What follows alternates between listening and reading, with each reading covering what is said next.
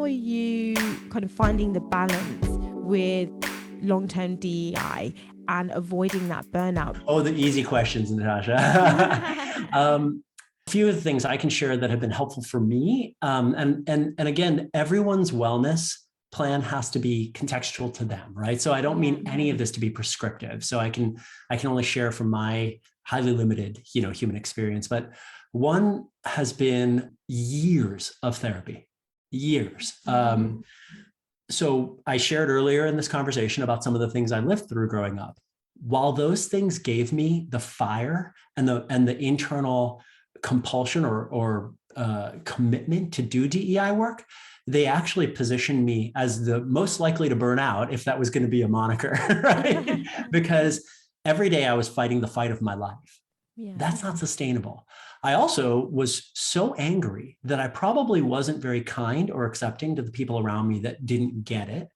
And I wasn't very kind or accepting to myself when I failed. And as we already established, failure is part of the journey.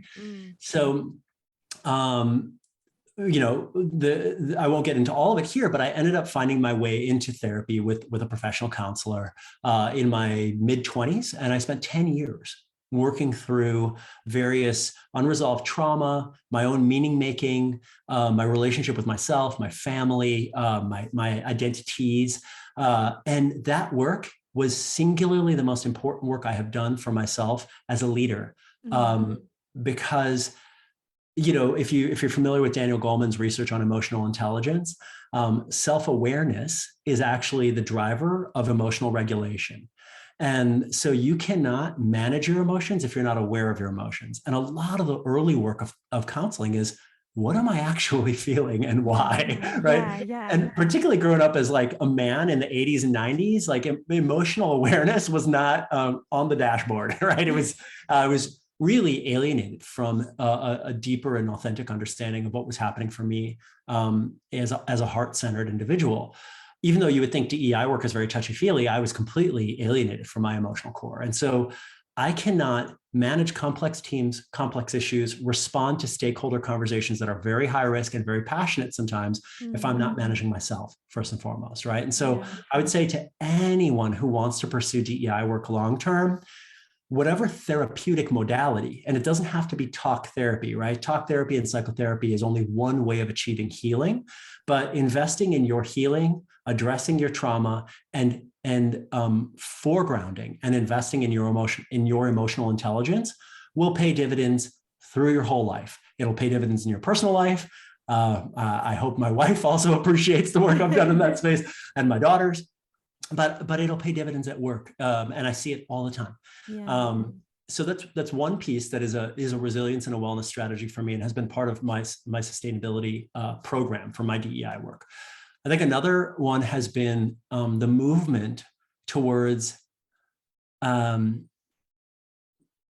from idealism towards pragmatism, and I say that knowing I'm opening myself up to some criticism here, but I'm just speaking my truth, right? So I am far more pragmatic now than I was 20 years ago. I operated on a lot of what should be for a very long time. Now, I think there's an important role for the dreamers, right? And there's an important role for the narrative of should in giving, putting wind in the sail of change work, right? You've no major inflection on the human journey towards dignity and equality has happened because of pragmatism. People get lit, they get fiery, they get together, they're like, oh no, this whole thing's got to change, right? And so like that's how movements happen, that's how revolutions happen, that's how every coalition for change in a positive way has happened. And the actual tactics of changing complex organizations and bending them towards something better, whether that be equity or justice or inclusion or belonging or whatever it might be, whatever your framework is, that work is detailed, it's pragmatic, it involves a lot of iteration and failure, it's methodical.